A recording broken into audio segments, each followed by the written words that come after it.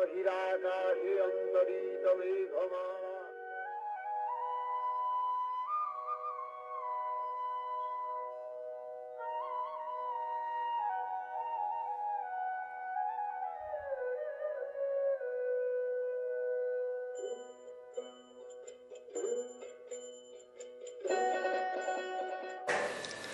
প্রতি বছরের মতো এবারও মা দুর্গা সপরিবারে এলেন উত্তরণের প্রাঙ্গণে। মা দুর্গা পদার্পণ করলেন এ নিয়ে হলো 15 বছর। সিডনির অন্যতম আদি পরিবার দাস পরিবার, তাদের উদ্যমে এবং সিডনিবাসী বাঙালিদের উদ্যমে রূপ নিল একটি গণসংস্থার উত্তরণ। আজ থেকে 15 বছর আগে সিডনির কিছু বাঙালি পরিবার মনস্থ করলেন আশ্বিন মাসে শুক্লপক্ষের তিথিতে মা দুর্গাকে বরণ করবার। কিন্তু ঠাকুর কোথায়, কেই বা পুজো করবে? অনেক পরিকল্পনা ইত্যাদির পর ঠিক হলো ঠাকুর বানাবেন পার্থদাস, আমাদের সবার প্রিয় পার্থদা। একটি ছোট্ট সাক্ষাৎকারে ঠাকুর বানাবার অভিজ্ঞতা ওনার মুখেই শুনুন। সাক্ষাৎকার নিচ্ছেন দেবযানী গুহ। সিডনি উত্তরণের দুর্গাপুজো 14 বছর হয়ে গেল এই পুজোর। কাম্বারল্যান্ড হাই স্কুলে প্রতি বছর এই পুজো আয়োজিত হয়। আজ আমরা এসেছি পার্থদাসের বাড়িতে, মানে আমাদের সবার প্রিয় পার্থদা, যিনি এই উত্তরণের পুজোর মূর্তি গড়েছেন। ওনার সাথে একটি ছোট্ট সাক্ষাৎকার করে নিতে। আচ্ছা পার্থদা, এবার আপনাকে কয়েকটা প্রশ্ন করব আমি। এই যে আমাদের উত্তরণের পুজো এবং প্রতিমা বানানো, তো এর অনুপ্রেরণা আপনার এলো কোথা থেকে? ছোটবেলার থেকে দেখতাম ঠাকুর বানানো, তখন থেকে একটা ইচ্ছা ছিল যে আমি একদিন বানাবো। রামপাল বলে একজন ভদ্রলোক আসতো কৃষ্ণনগর থেকে, সে ঠাকুর বানাতো বম্বেতে, তাকে দেখেই আমার খুব শখ হয়েছিল আমিও বানাবো। তারপরে এই উত্তরণের পুজো শুরু হলো, একদিন ওরা ডিসাইড করলো পুজো করবে। ঠাকুর নেই, ঠাকুর পাবো কোথায়, ছবি দিয়ে পুজো করার প্ল্যান হলো। তখন আমি বললাম না, ঘরে এসে ভাবলাম পুজো ছবি দিয়ে ঠিক হবে না, আমি তো অনেক আগে করেছি স্কুলে, ছোটোবেলায় কাগজ কেটে ঠাকুর বানিয়েছি, এখন অমনি করে করলে কেমন হয়, তো ওই দিয়ে শুরু হলো। তার মানে ব্যাপারটা হচ্ছে যে আপনি ছোটবেলাতেও নিশ্চয়ই ক্রিয়েটিভ কোনো দিকে খুব বেশি ইনক্লাইন্ড ছিলেন, যে কারণে হঠাৎ বড়বেলায় এসে মনে হলো আচ্ছা এটা একটা করে ফেলি। সহজে তো আমরা ভাববো না প্রতিমা গড়া বা মূর্তি বানিয়ে পুজো করার একটা, মানে এত বড় একটা প্রজেক্ট ভাবা, এই পরিকল্পনাটা আপনার এলো কি করে? ছোটবেলায় নিশ্চয়ই কিছু করেছেন তো, যেটা আপনাকে, তো ছোটবেলার কিছু কথা বলুন। ছোটবেলায় আমাদের পারিবারিক অবস্থার জন্য কাগজ কেনার ইয়ে ছিল না, তাই জন্য মাটিতে ছবি আঁকতাম। মাটিতে কাজের লোক ঘরটর মুছে গেলে আমি মেঝের উপর ছবি আঁকতাম চক দিয়ে, আবার পরে মুছে নানান রকমের ছবি, সিংহ, বাঘ, দুর্গা ঠাকুর। ওই তখন থেকে ওগুলি ছিল, ক্রিয়েটিভনেসটা ছিল। আর ওটাকে অ্যাকচুয়াল প্র্যাকটিক্যালি করা ইচ্ছা ছিল, সুবিধা হয়নি। তারপর বড় বয়সে আর একটু করলাম, তারপর এখানে সে পুরো জিনিসটা সুযোগ পেয়ে করলাম। 1997 সালে কার্ডবোর্ড কেটে প্রথম ঠাকুর বানান পার্থদাস। উচ্চতা প্রায় 1.5 মিটার। পরের বছর অর্থাৎ 1998 সালে ঠাকুর বানানো হয় MDF বোর্ড দিয়ে। তার উচ্চতা ছিল 3 মিটার। প্রতিমা নির্মাণের সময় 6 মাস। এই ঠাকুর পুজো হলো প্রায় 10 বছর। আচ্ছা, এবার একটু জেনে নেব যে উত্তরণের এই যে ঠাকুর আমরা আজকে যে মূর্তিকে পুজো করছি, তো এই বড় যে প্রজেক্টটা, এটা কিভাবে প্ল্যানিং করেছিলেন এবং কিভাবে এটা নিয়ে এগিয়ে গেলেন? এটা আমাদের 10th ইয়ারের পুজো 2007-এ যখন হবে। 2006 এর আগে 2005 থেকে সকলে প্ল্যান করছে যে নতুন ঠাকুর হবে, নতুন কিছু হতে হবে, আর আরো বড় ঠাকুর চাই। তখন থেকেই প্ল্যানটা শুরু করেছে। আর বড় ঠাকুর মানে ট্রান্সপোর্টেশন, স্টোরেজ, এই সব কথাগুলো ভাবতে হয়েছে। এগুলি ভেবে তখন টোটাল প্ল্যানটা শুরু করলাম। তখন থেকে মেন্টালি প্রিপেয়ার হচ্ছিলাম কি করে কি করব। ইতিমধ্যে দোকান ক্রাফট শপে গিয়ে বালসা আউট সিলেক্ট করলাম, সফট অ্যান্ড ব্রিটল না, ইজি টু ওয়ার্ক অন, এইসব দেখে দেখে প্ল্যানটা শুরু করলাম তখন। যাক, ঠাকুর তো বানানো গেল, এবার হলো পুজো করবার পালা। সুপ্রিয়দার মুখে শুনুন পুজোর কথা। আচ্ছা, আপনার নাম বলুন। আমার নাম সুপ্রিয় মুখার্জি। আচ্ছা, আপনি তো এখানে প্রতি বছর পুজো করেন? হ্যাঁ, মোটামুটি প্রতি বছরই। গত বছর আমার মা মারা যাওয়ার জন্য গত বছর আমি করিনি। তাছাড়া আমার মনে হয় গত বোধহয় 8 বছর ধরে আমি করছি এটা। আচ্ছা, আপনার এই যে দুর্গা পুজোর সময় যে আপনি যুক্ত রয়েছেন উত্তরণের সাথে, আপনার কেমন লাগে? না, খুবই ভালো লাগে, খুবই ভালো লাগে। কারণ যখন এরা প্রথমে অ্যাপ্রোচ করেছিল তখন আমার এদের কারোর সাথেই প্র্যাকটিক্যালি পরিচয় ছিল না। তারপরে আমি যখন প্রথমবার পুজো করলাম, তারপরে আমি দেখলাম যে বা এটা তো খুব ভালো, মানে এখানে মানে all man all job sort of thing আর কি। যদিও ইন্ডিভিজুয়াল লোকেদের উপর দায়িত্ব দেওয়া আছে, কিন্তু সকলেই চেষ্টা করে যাতে পুজোটা খুব ভালোভাবে সুষ্ঠুভাবে সম্পূর্ণ হয় এবং ভেরি গুড টিম ওয়ার্ক, এবং সেটাই আমার খুব বেশ ভালো লাগে। সেটাই আপনার কাছে আকর্ষণ বেশি লাগে আর কি। হ্যাঁ, আচ্ছা, ধন্যবাদ। এমনি করে দাস পুজো অর্থাৎ উত্তরণ তার প্রথম পদক্ষেপ রাখল সিডনির মাটিতে 1997 সালে। মা এলেন, শাক বাজল, ঢাক কাসরের ধ্বনিতে মা সবার মনে এনে দিলেন দুর্গাপূজার অনাবিল আনন্দ।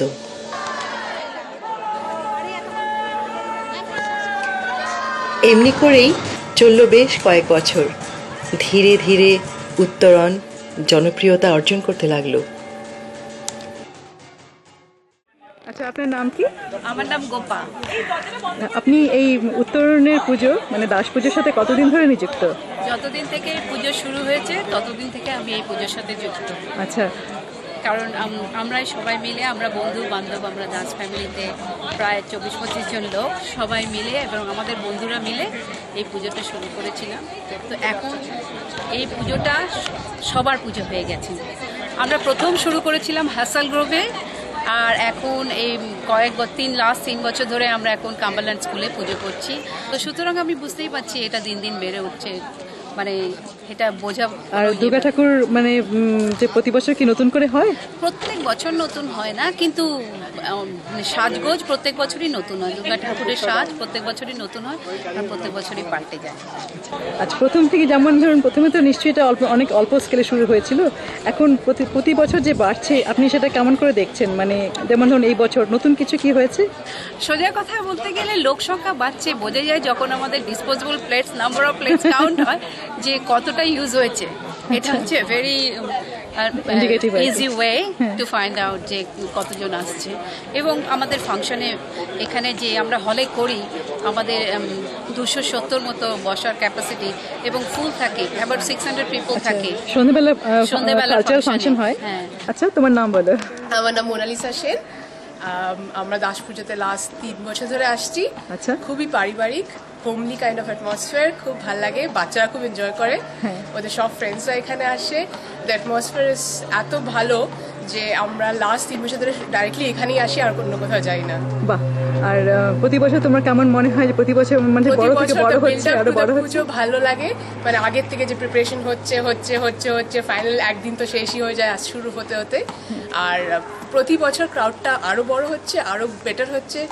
আর খাবার দাবার এখানে খুব ভালো, যে ইনভিটেশন, যে একটা অ্যাটমসফিয়ারে আসা, লোকদের আদর করে আনা, একটা রেসপেক্ট দেওয়া, ওটা খুবই ভালো এখানে। আর আগের দিন সবাই মিলে কাজ করো পুজোর আগের দিন? গতকাল রাত্রিরে বিকেলে আমরা রাত 11টা অবধি এসে অফিস থেকে এসে বাচ্চাদের নিয়ে আগে রিহার্সাল করিয়ে তারপর এখানে অনেকক্ষণ ধরে কাজ করে প্যাক আপ করে তারপর বাড়ি গেছি। তারপর এখানে খাবার হয়েছে, এখানেই ডিনার হয়েছে, এখানেই তারপর বাড়ি গেছি। বাড়ি গিয়ে সব আজকের জামা কাপড় গুছিয়ে সকাল সকাল উঠে চলে এসেছি। বাহ, ধন্যবাদ, থ্যাংক ইউ।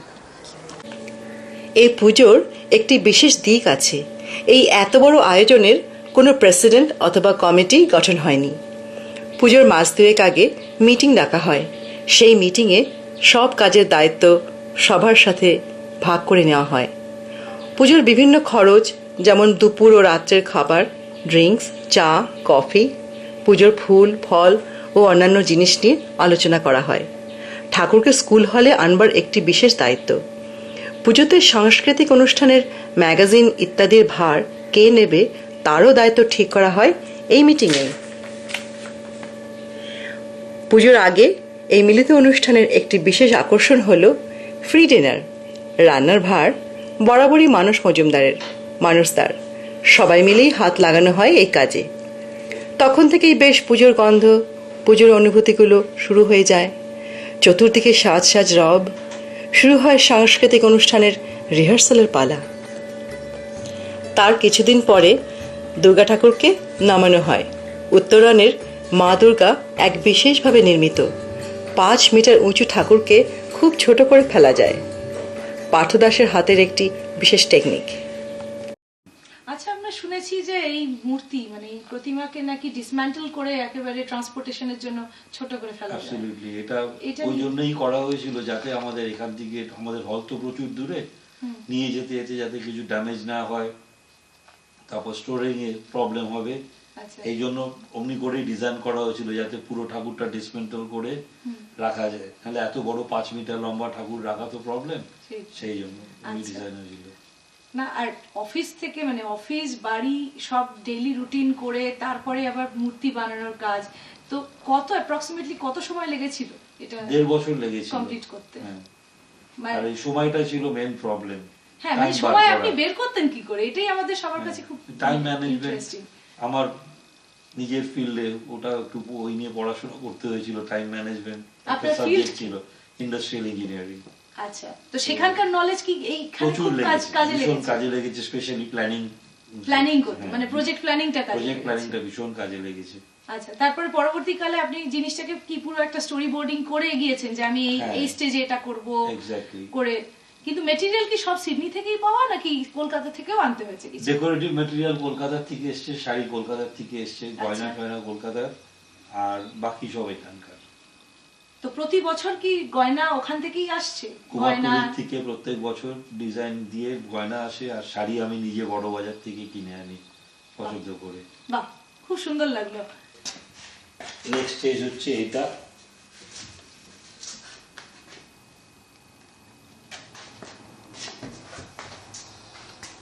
অ্যাকচুয়ালি কাঠ দিয়ে পেস্ট করে তারপরে গ্রাইন্ডার দিয়ে ঘষে বেসিক শেপ টানতে হয়। প্রপোর্শন করে আর কি হয়েছে।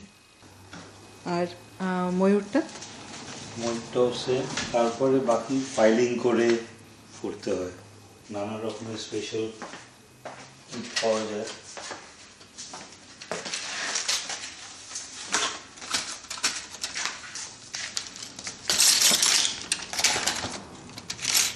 একটা এক এক রকম কাজ করে, আচ্ছা এই দিয়ে ঘষে ঘষে ওরকম চোখ, নাক, বিক এগুলি তৈরি হয়।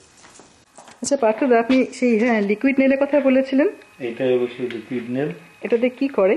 পেস্ট করে। এটা নেলের মতনই, একদম নেলের থেকে শক্ত বেশি, এটা ধরে। এটা কি গ্লু এর মতো শক্ত? হ্যাঁ, গ্লু এর মতো। এডিট দিয়ে এই বিকের খুব যেগুলি খুব ফাইন কাজগুলো করা, এটা ফাইলিং করতে ইজি, আর শক্ত যেগুলি ব্রিটল ভেঙে যাওয়ার চান্স আছে সেগুলি এটা লোহার হয়ে যায়। আচ্ছা এটাকে মিক্স করে যখন লাগানো হয় শুকিয়ে গেলে লোহার মতন শক্ত হয়ে যায়। আচ্ছা তো এগুলি ডেলিকেট পার্ট, ভেঙে যাওয়ার সম্ভাবনা আছে বলে এইগুলি ওই নিডিট দিয়ে বানানো হয়েছে। এখানে অনেক পার্ট ভেতরে আছে নিডিটের, যেগুলি খুব ডেলিকেট।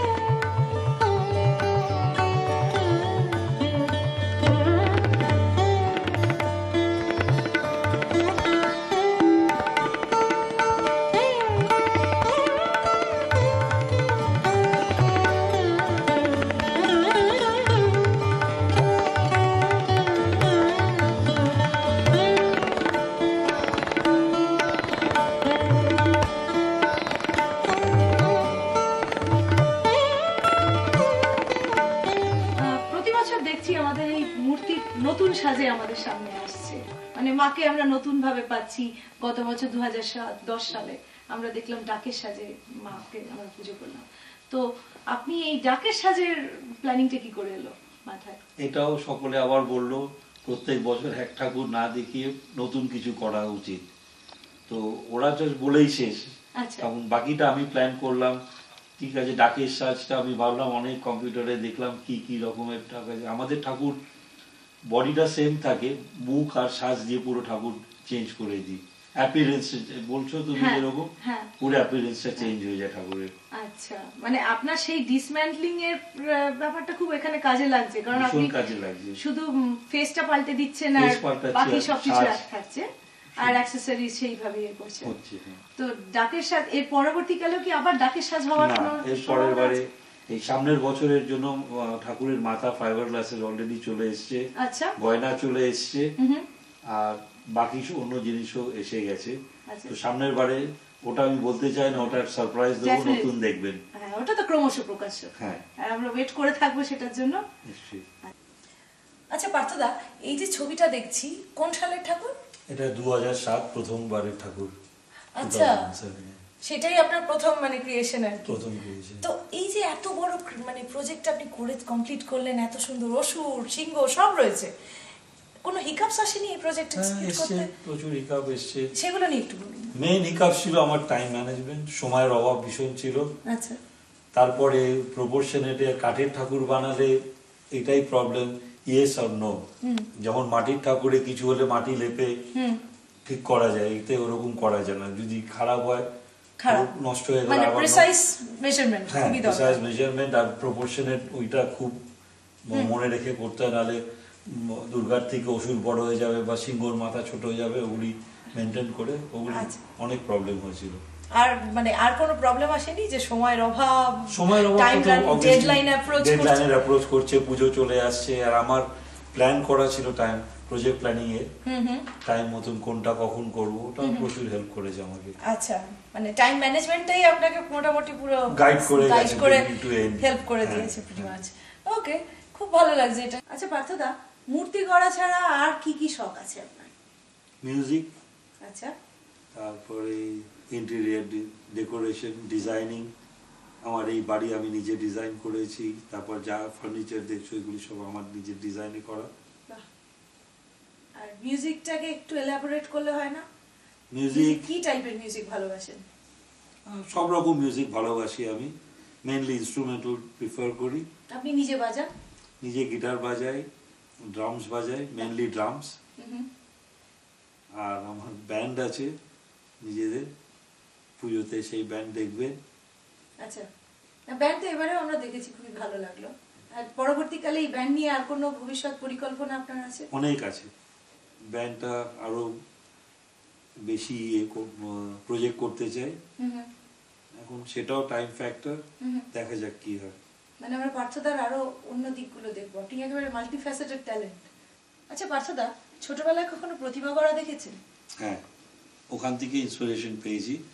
কৃষ্ণনগর থেকে আসতো রামপাল বলে একজন ভদ্রলোক, সে রাত্রির বেলা জেগে ঠাকুর বানাতো, তখন দেখেছি খড় দিয়ে বাঁধার থেকে কাঠাম তৈরি করা, মাটি লেপা, পেন্টিং, চোখ আঁকা, তখন দেখতাম। আরেকজনও ছিল বিমলেন্দু পোদ্দার, উনিও শেষের দিকে আসতেন কলকাতার থেকে, উনি ক্যালকাটা আর্ট কলেজের স্টুডেন্ট ছিলেন। আচ্ছা, এরা সব ঠাকুর বানাতো, আমি বসে বসে দেখতাম, সেখান থেকেই ইন্সপিরেশন পেয়েছি অনেকটা। আচ্ছা। এ তো গেল ঠাকুর তৈরির কথা। এবার তৈরি হতে হবে নিমন্ত্রণ পত্র। যাদের কম্পিউটার অ্যাক্সেস নেই তাদের এবং বয়স্ক ও বয়স্কাদের চিঠি দিয়ে নিমন্ত্রণ করবার রীতি এই উত্তরণের।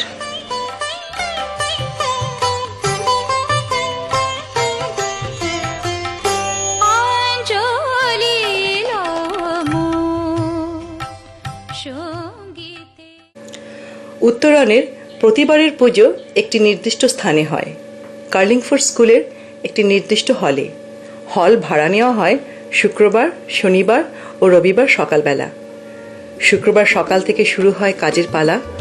সব বিভাগেরই কোঅর্ডিনেটর স্থির করা হয়, তাতে কাজও সম্পন্ন হয় সুষ্ঠুভাবে। ধীরে ধীরে স্কুলের রান্নাঘর ও হলের বিভিন্ন প্রান্ত ভরে যায় নানান রকম জিনিসে, নানান লোকেদের সমাহার।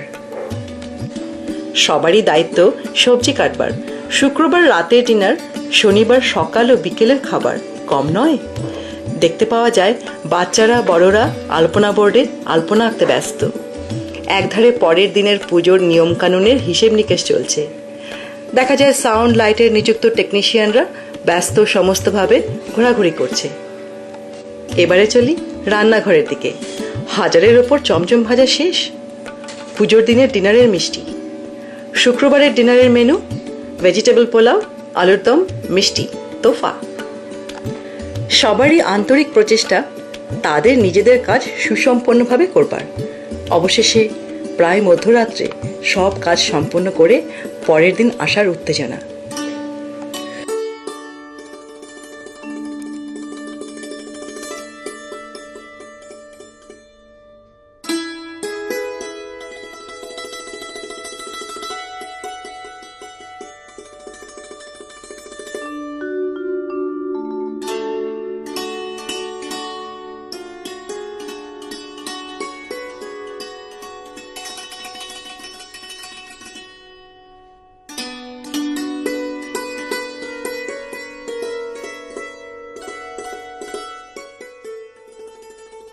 সকালবেলা ভোর প্রায় 6টার থেকে লোকেদের আনাগোনা, ফল কাটার দিকে বেশ ভিড়।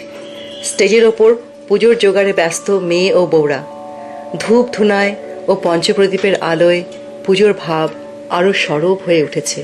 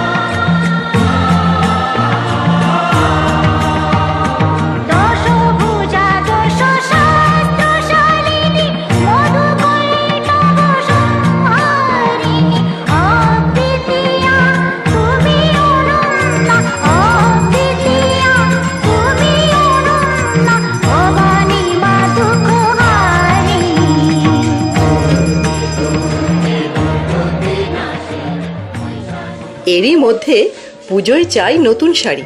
শাড়ির ও গয়নার বিক্রির তোড়জোড় চলছে। যথারীতি মেয়েদের ভিড় ক্রমশই বাড়ছে ওদিকে। না কিনলেও দেখা তো চাই। ধীরে ধীরে লোকেদের কোলাহল উত্তরোত্তর বৃদ্ধি হতে লাগলো। পুজোর সময় এখন তুঙ্গে।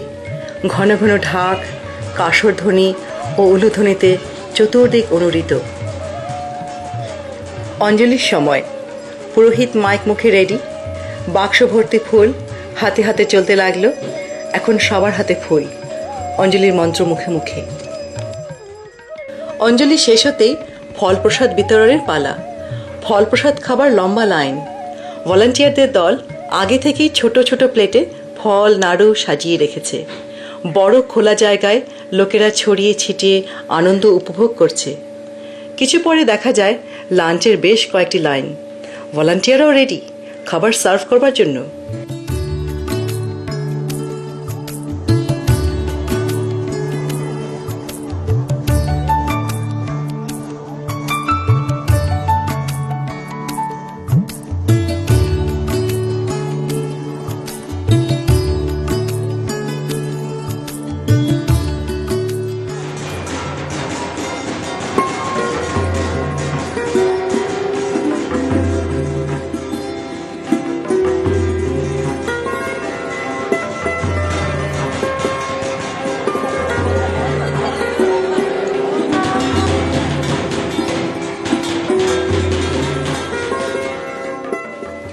শুরু হলো সন্ধ্যার সাংস্কৃতিক অনুষ্ঠান।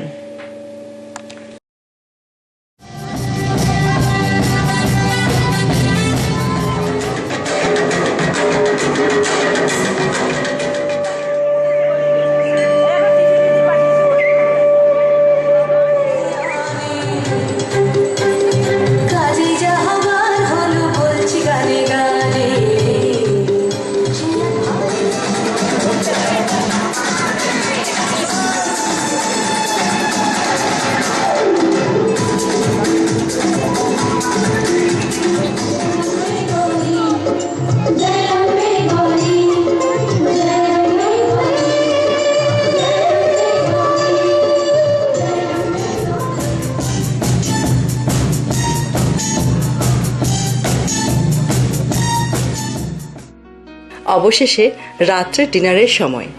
লোকেরা শেষবারের মতো লাইন দিয়েছে খাবার জন্য। রাত্রের মেনু ভাত, মাংস, চাটনি ও মিষ্টি। ক্লান্ত ভলান্টিয়ারদের দল মুখের হাসি রেখে নিজেদের কাজ সম্পন্ন করছে।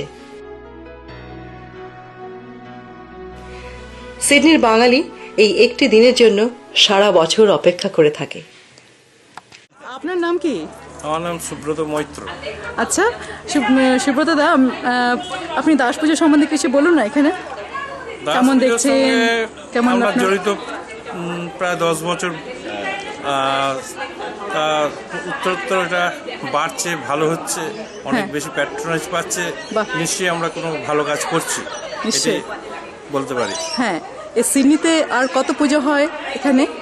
এখানে আরও যতদূর জানি 7-8টা পুজো হয়। হ্যাঁ তবে অনেক সময় ক্ল্যাশ করে যায়, অনেক সময় অন্য দিনে হয়। হ্যাঁ সেই জন্য আমরা সব পুজোতে যেতে পারি না। হ্যাঁ। তবে এই পুজোতেই আমরা হার্ট অ্যান্ড সোল দিই।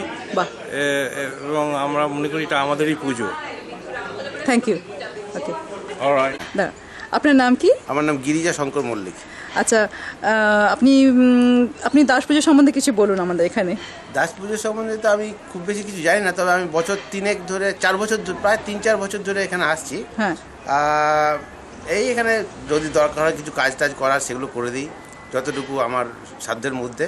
এই ছবি আঁকা, ফল টল কাটা, এই সমস্ত একটু একটু করি। আর ভালো লাগে এখানে, সবার সাথে গল্প হয়। সবচেয়ে বড় জিনিস সার্বজনীন কথাটার অর্থ হচ্ছে সব জন মিলে একসাথে মিলেমিশে কাজটা করা। নিশ্চয়ই। তবে সবাই মিলে একসাথে কাজ করলেই যে দুর্গা মায়ের পুজো করা হয়, আমার সেটা বিশ্বাস আছে। হ্যাঁ। এবং আমার মনে হয় সেটাই দুর্গা পুজোতে আমরা ফুলফিল করতে পারি। হ্যাঁ, সেইটাই আমার কাছে সবচেয়ে ভালো লাগে। আর বিশেষ কিছু জানা নেই। ধন্যবাদ। আচ্ছা, আপনার নাম কি? আমার নাম অরুণ বিশ্বাস। আচ্ছা, দাস পুজো কতদিন ধরে দেখছেন? আচ্ছা, এটা দাস পুজো ঠিক বলা যায় না, এটা আমাদের উত্তরায়ণের পুজো। হ্যাঁ। প্রায় এটা নিয়ে 10 বছর হয়ে গেছে। 10 আচ্ছা, বছর। হ্যাঁ, আপনি কিছু বলুন অল্প করে, কিছু কেমন এনজয় করছেন? এনজয় আমরা অ্যাকচুয়ালি সবাই মিলে করি এটা। আমাদের ফ্যামিলি বলতে ফ্যামিলি অ্যান্ড ফ্রেন্ডস সবাই একসঙ্গে মিলে খাটাখাটনি করে হ্যাঁ। যতভাবে করা যায় সেই মানে এনজয় করা। আর তারপর প্লাস চেষ্টা করি যত ভালো করে আমাদের পার্থদাত ঠাকুরটা বানায়। প্রত্যেক বছর একটু অল্টারেশন করে খুব সুন্দর করে। এবছর তো অনেকটা এবার ঢাকের সাজের রূপে পুরোটা পার্থদা ঠাকুর বানিয়েছেন, ওইভাবে করেছেন। আর হ্যাঁ। খুব সুন্দর হয়েছে, আপনারা দেখতে পেয়েছেন। নিশ্চয়ই। আর লোকেরা যারা দেখে ওনারাই বলছেন খুব ভালো হয়েছে। হ্যাঁ। আমরা আর কি বলবো, ওনারা বেশ ভালো লাগছে। মানে একদম টোটালি নতুন ধরনের, আর মনে হচ্ছে একদম ইভেন ঠাকুরের মুখ টুক পুরো চেঞ্জ করে নতুন করে করেছেন এবার। ধন্যবাদ। Thank you. আচ্ছা, বলুন আপনার নাম কি? আমি অর্পণ দাস। আচ্ছা, আপনি দাস পুজো অথবা উত্তরণী পুজোর সাথে কেমনভাবে নিযুক্ত? আপনি বলতে পারেন one of the early members আর কি, ফাউন্ডিং আচ্ছা। মেম্বার। হ্যাঁ। 1998-এ প্রথম আমাদের পুজো হয়। আচ্ছা। সেটা আমরা সকলে তখন একটা ছোট মানে টিকিট তৈরি তখন। আজকে প্রায় 13 বছর, 2010। Definitely we come a long way. খুব ভালো লাগছে। এখন শুধু দাস পরিবার না, এখন সিটির বাঙালিদের পুজো। অনেকগুলো পুজোর মধ্যে উত্তরণের পুজো একটা পুজো, কমিউনিটি পুজো। হ্যাঁ, মানে প্রতি বছরই তো মনে হচ্ছে কিছু না কিছু বেড়ে যাচ্ছে সবকিছু। হ্যাঁ, এটা হচ্ছে আমাদের মানে ব্যবস্থাপনার স্ট্রাকচার হচ্ছে কোনো প্রেসিডেন্ট, কোনো মানে সেরকম কিছু নেই। আচ্ছা। হ্যাঁ, সেটাই পিপলকে অ্যাট্রাক্ট করে, আকর্ষণ করে যে ওরা স্বতঃস্ফূর্তভাবে চলে আসে, যে কাজ করে। মনে করে কলকাতা যেমন পাড়ার পুজো হয়, ঠিক নিশ্চয়ই। সেরকম একটা আবহাওয়া তৈরি করার আর কি। সেটাই অ্যাজ এ ফ্যাসিলিটেটর আমার মনে করি আমার কর্তব্য। আকর্ষণ আছে। থ্যাংক ইউ, ধন্যবাদ অসংখ্য। Thank you. আচ্ছা, আপনার নাম কি? আমার নাম শিউলি মুখার্জি। আমি উত্তরণ পুজোতে অনেক দিন ধরেই জড়িত আছি। উত্তরণ পুজো লাস্ট 13 ইয়ার্স ধরে হচ্ছে। আচ্ছা। এটা আমাদের 13th ইয়ার। আর আশা করি আরও বছরের পর বছর হবে। হ্যাঁ। আর আমি এই পুজোর সঙ্গে জড়িত লাস্ট 10 ইয়ার্স ধরে। বাহ, তো কেমন এনজয় করছেন? খুবই এনজয় করছি আর খুবই মজা, মানে সবাই খুব অনেক লোকজন প্রতি বছর আপনার কি মনে হয় যে প্রতি বছর কি লোক সংখ্যা বেড়ে যাচ্ছে এবং অনেক বেশি লোক আসছে, আরো বেশি? হ্যাঁ, লাস্ট ইয়ার আমাদের 1000 লোক হয়েছিল। আচ্ছা, এবার মানে লাঞ্চ অ্যান্ড ডিনার মিলিয়ে, তো আশা করছি এবারে সেটা ছাড়িয়ে যাবে। তো লেটস সি। আচ্ছা, এবারের পুজোর মাকে এবার অন্যরকম লাগছে। হ্যাঁ, এবারে পুজো আমরা ওই ডাকের সাজিয়েছি, কারণ মানে আমরা নতুন মুখ আর নতুন শাড়ি গয়না তো প্রতি বছরই হয়, তো এবার একটু অন্যরকম আর কি, স্টাইলটা অন্যরকম করতে চেষ্টা করেছি। Thank you. या देवी सर्वभूतेषु चेतनेऽप्यभिधीयते नमस्तस्यै नमस्तस्यै नमस्तस्यै नमो नमः। या देवी सर्वभूतेषु बुद्धिरूपेण संस्थिता